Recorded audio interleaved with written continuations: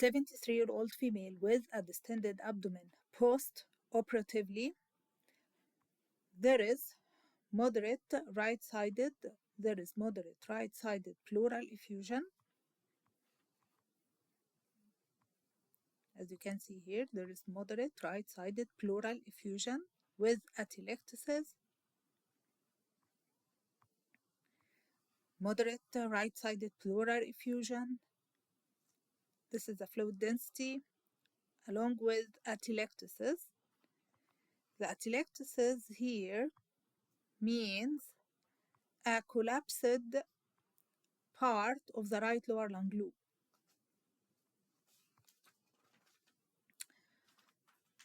Next finding,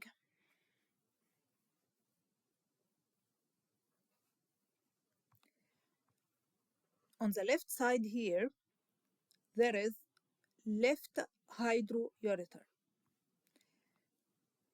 There is no hydronephrosis. Why? Because the pelvis and the calyceal system here are normal. The pelvis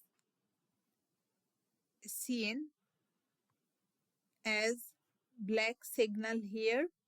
This means that no distension of the pelvis, and the calyceal system also are not distended here. However,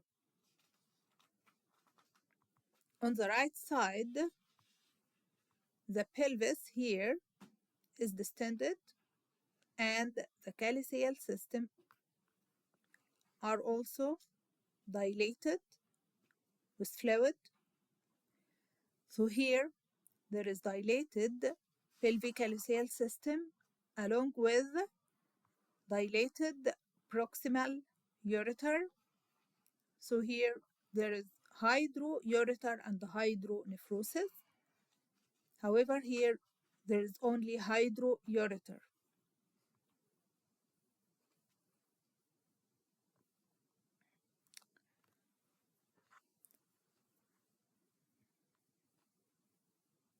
If we go down on the right side, this is the dilated ureter. If we go down, the dilated ureter is seen running along the psoas muscle, anteriorly to the psoas muscle. Okay. Then disappears. And as you can see here, there is extensive amount of intraperitoneal free fluid. This is the intraperitoneal free fluid. Is seen between the bowel loops. Okay. And also, can you see the perirenal fat here? So this is the normal perirenal fat. It's very black. However, there is a stranding of the perirenal fat here. Okay, so stranding of the perirenal or perinephric fat. This is the normal.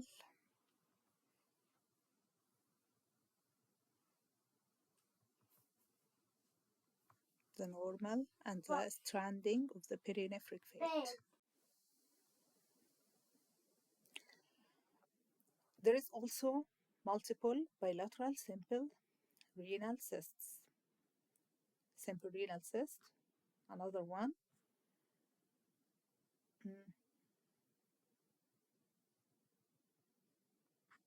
Another simple renal cyst.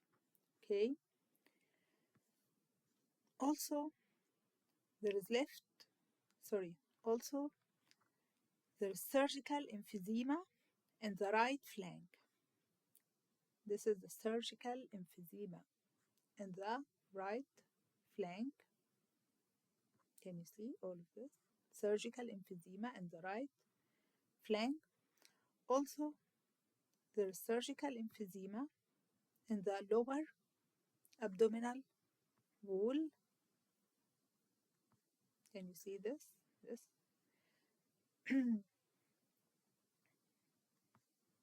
Surgical emphysema also in the lower abdominal wall.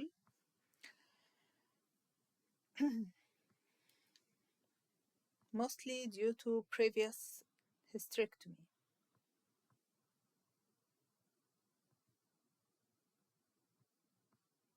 This is the rectum and the urinary bladder. I can't see the uterus. Okay. So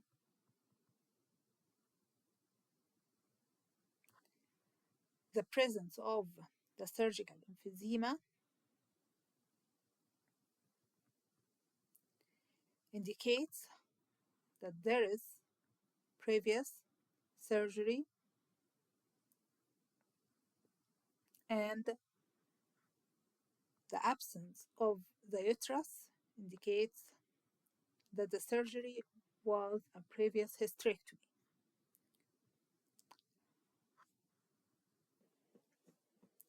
There is also left-sided colonic diverticular disease.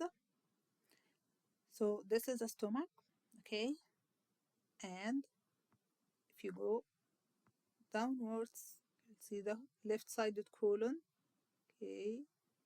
Can you see the outpouching here? This is the outpouching from the colonic wall.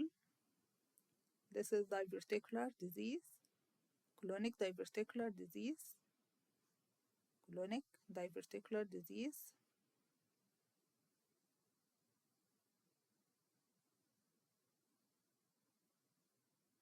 The outpouching here and here, here. All of these are diverticular disease. Can you see the diverticuli? Outpouching here, air containing outpouching. Can you see this one? Another air containing outpouching from the left sided colon.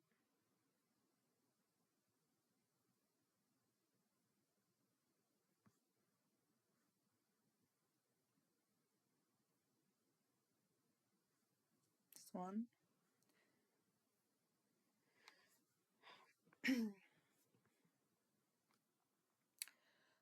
So the interpretation. We have a history of recent surgery, and the symptoms have developed after this recent surgery, and there are subcutaneous surgical emphysema in the flanks, as well as the anterior abdominal wall, the lower anterior abdominal subcutaneous tissue. This makes, along with the absence of the uterus, so the recent surgery is most likely to be hysterectomy. This is associated with signs of ureteric injury, such as right hydroureter and non-visualization of the distal ureter, with the free intraperitoneal fluid, with the perirenal fat stranding, the perirenal fat stranding.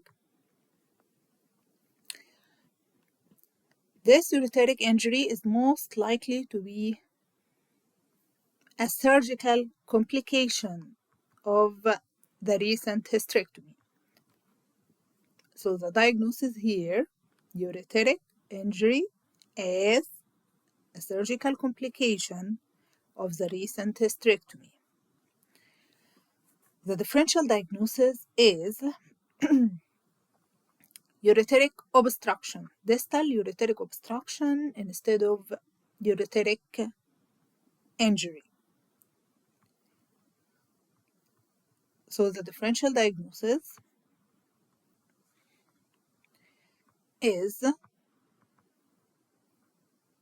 distal ureteric obstruction by a tumor such as urothelial tumor. However, the history of surgery and the signs of ureteric injury makes ureteric injury, distal ureteric injury, as a surgical complication of the hysterectomy more likely than distal ureteric obstruction by a urothelial tumor. So the management here, this patient needs more radiological investigation, needs more assessment of the ureter, okay, by CT urogram to confirm the ureteric injury. So this is an example of a CT urogram of a normal patient. Okay. Also, this patient needs to be referred to urology, needs urgent urology referral for insertion of nephrostomy tube to relieve the obstructed kidney. This is an example of bilateral nephrostomy tube in situ. Okay.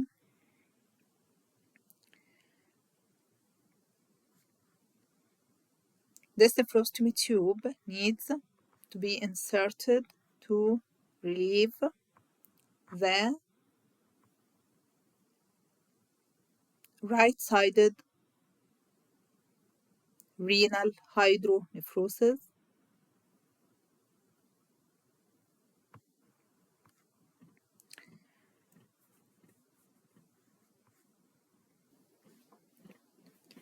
This patient also may require the double J ureteric stent as a treatment for the ureteric injury. So the treatment options here is